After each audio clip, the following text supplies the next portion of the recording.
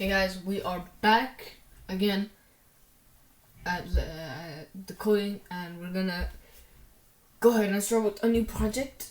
And today's project is gonna be making a basic website which will reverse your input. We'll have CSS also this time because CSS makes everything look cooler instead of making it look like a basic old website. So I'll actually cut out that part because it takes a very long time to make CSS. Also, I sometimes, before I used to speed up the video, it looks cool and it looks good, but like it's not worth it really. So I'm just gonna keep it inside one cut. Maybe just maybe. I think I'll do it text. I have no idea. Yeah. Don't mind that. That's just some. I think it was melon. Yeah, my dad gave me melons. Yeah, yummy. Yeah, so the title is gonna be reverse website,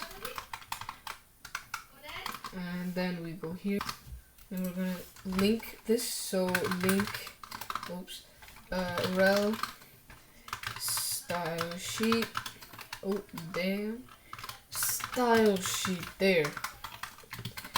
href. Just the we're linking this part here with the CSS document so we can write inside here. And now we go inside the head, we go inside the body now. Input.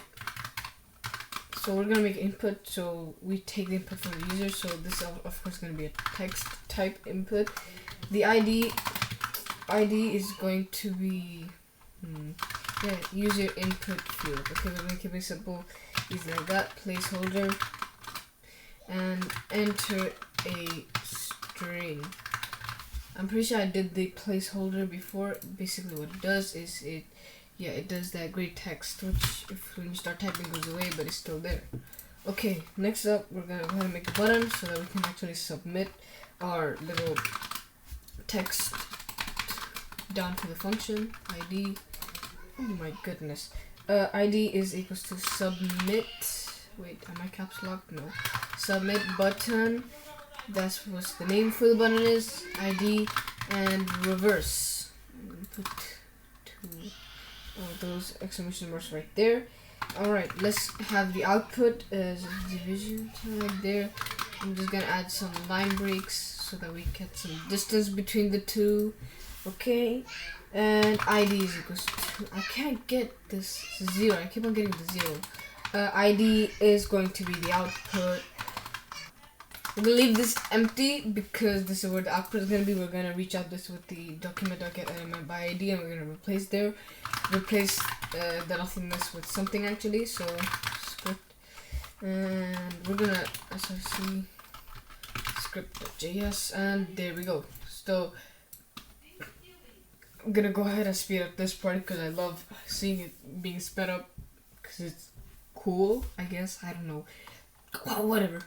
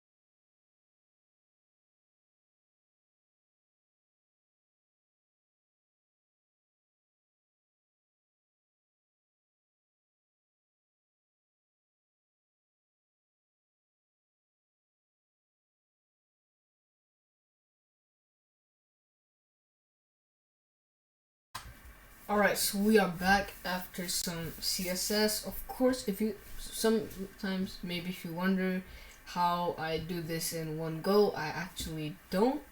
I have some breaks in between. Also, the fact that also you can do this, anyone can do this. It's really simple. CSS for me isn't the simplest thing. I actually kind of have to think through and I actually have to see what actually happens, because you can't just have 100 pixel margin top, you know, just inside your brain. You gotta imagine it. You gotta think like, okay, where do I want this? I want it centered, right? So it's gonna be here. So margin is gonna be top. So it's gonna be 100 pixels from the top. So you gotta think this through, and I actually have it there. Yeah, but that's CSS. CSS is supposed to be like that. You're supposed to take time and effort into styling your websites to make it look very, very good.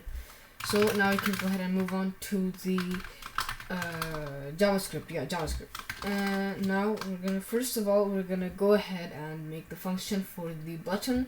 So submit button is what we have called it, as you guys can see. Boom, never mind, there's a capital S. I'll just go ahead and copy that. Dot add event listener. Now we're gonna add event listener, click, and then after the click we're gonna go ahead and go down here, function. Okay, now we're making a function inside the event listener. You can do that, yes. Now the event listener, as soon as it will click, it will play the function, because the function is the next thing that we have given it here after the comma. So inside there, yes, okay, cool. Make sure semicolon here, because this is where also the code is supposed to end. And now we can get started. So let user input is equals to document dot get element by ID.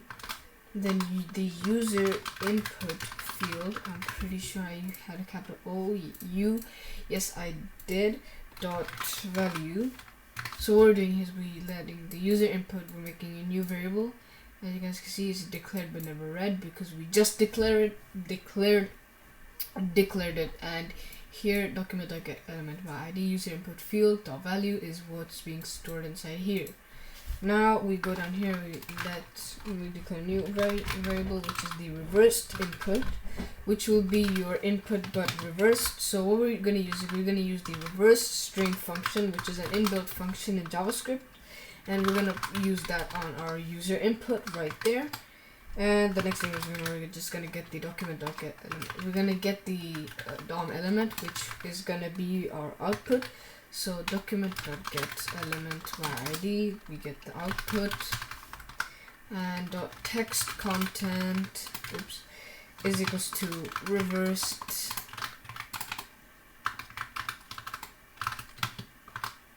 input,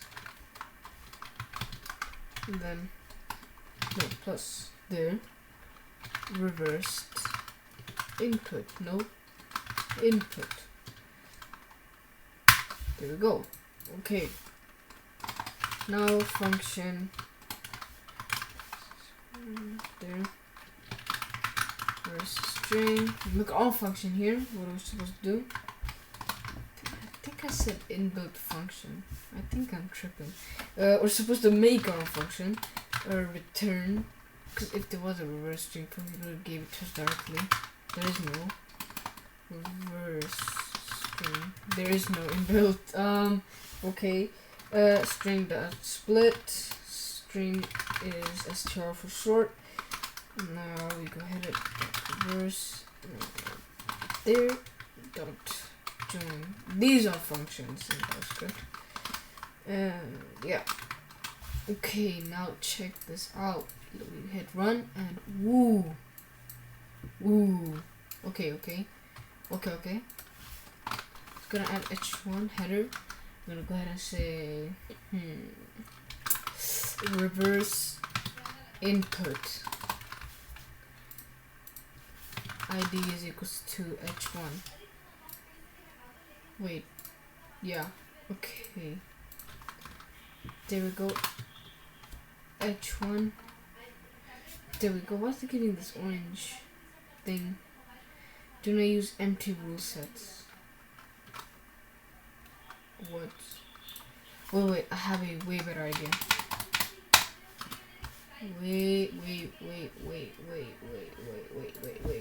yes. H1. Since we're gonna use the selector here, and we're gonna go ahead and text align center. There you go. Yes, sir. Okay, cool. And there we have it. We have a very, very cool website. Let me open this in a new tab because, like, damn.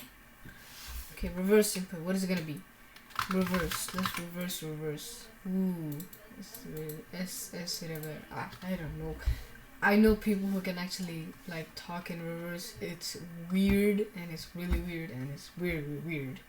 But it's cool. It's a really cool thing. You can speak in your own language. How do you even know what? Whatever. Okay. Yeah. So that's it for this video. See you guys in the next one. See ya.